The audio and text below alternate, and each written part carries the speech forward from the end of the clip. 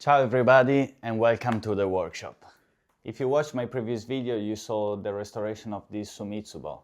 And usually my videos are a bit more direct to the tool, where the tool is the center of the attention.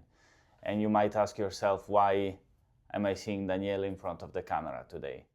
My idea was to not just tell you the story of the tool, but also to debrief a bit about the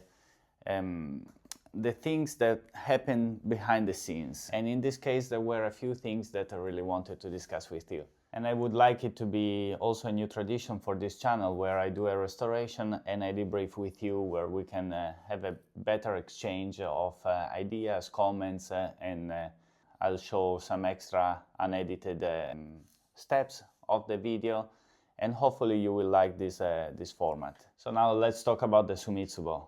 When I started to approach this restoration, the thing that struck me the most was this carving of a turtle and a crane. And during my researches, I came across a Japanese say. Now this, most likely I'm going to butcher, but let me try and hopefully I don't spoil it completely. I need to read this one. And it says, Tsuru wa sennen kame wa mennen.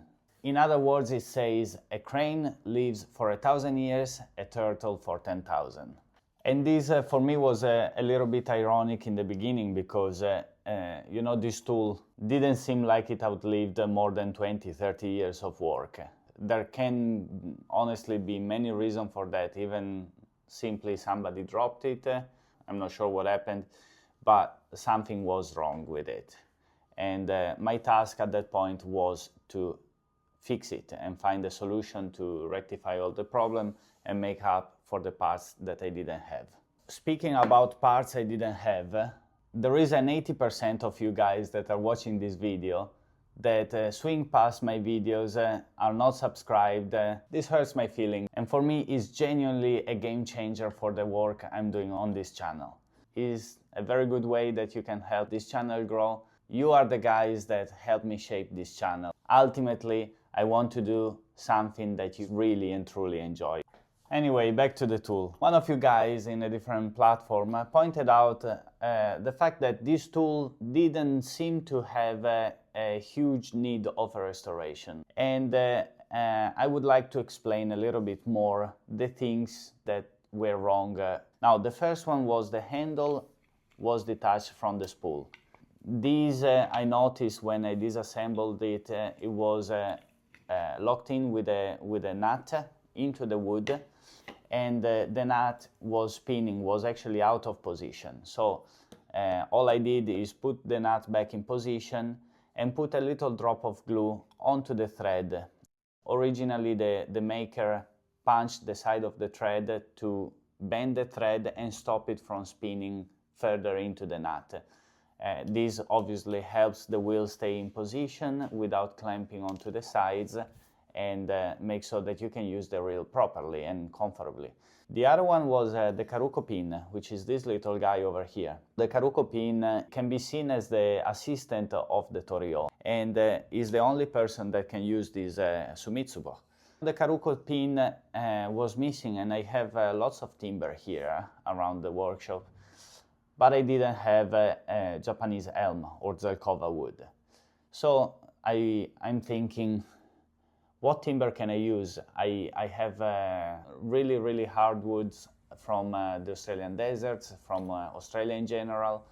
I also had these couple of pieces of Lignum Vitae. Lignum Vitae is a timber that was actually used back in the days in Navy because of its property. It's extremely rich in essential oils. It smells incredible when you work it.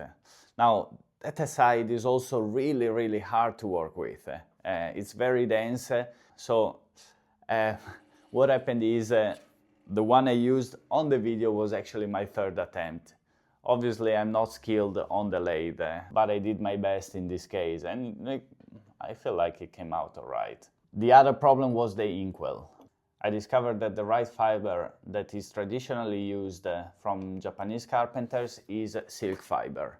Now, silk fiber has some incredible properties of retention of ink, but also of disposals. So in other words, silk is a very consistent medium to transfer ink to the Sumitsubo line. So that is important because the markings, they need to be very precise in a Japanese building. Obviously, the more precise is a marking, if you did a little bit of woodworking, the easier is to carve that joint or that piece of timber.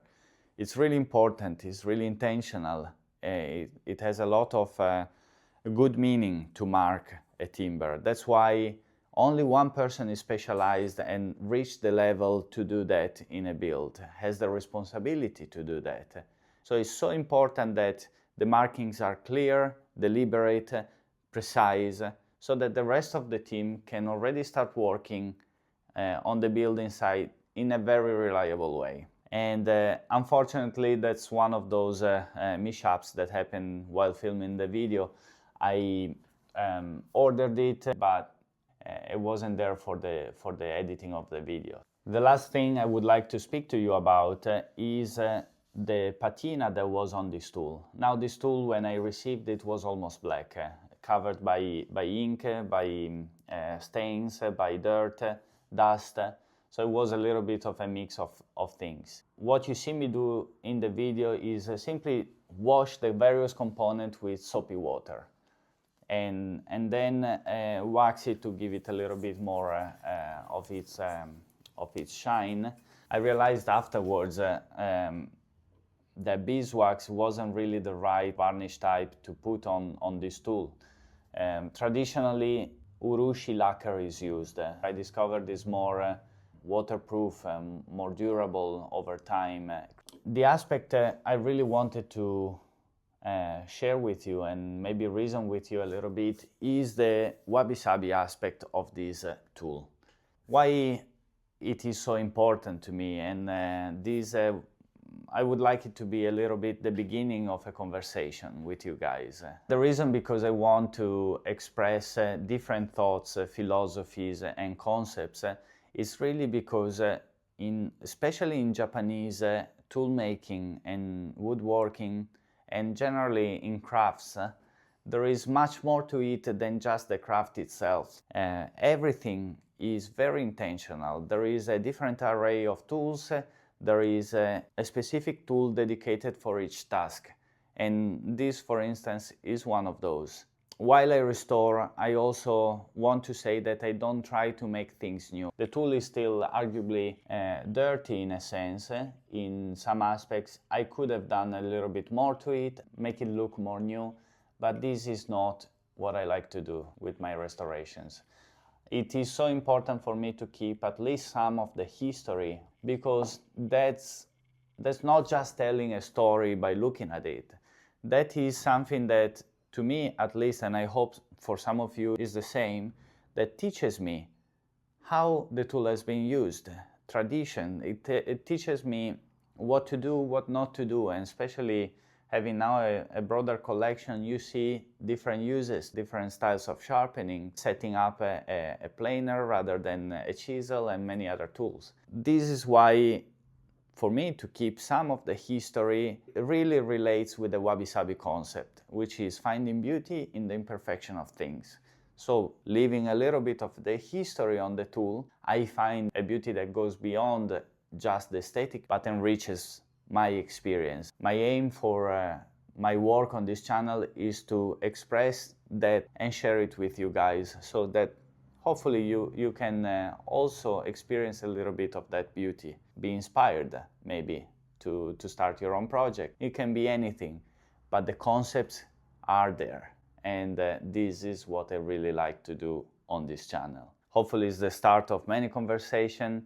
I would like to keep sitting down with you and talk about aspects of the tool, maybe philosophies, maybe concepts. So if you have any question, write it in the comment, like this video, share it with your friends if you liked it. Remember, watch the previous video, and I hope to see you soon. Ciao e a presto!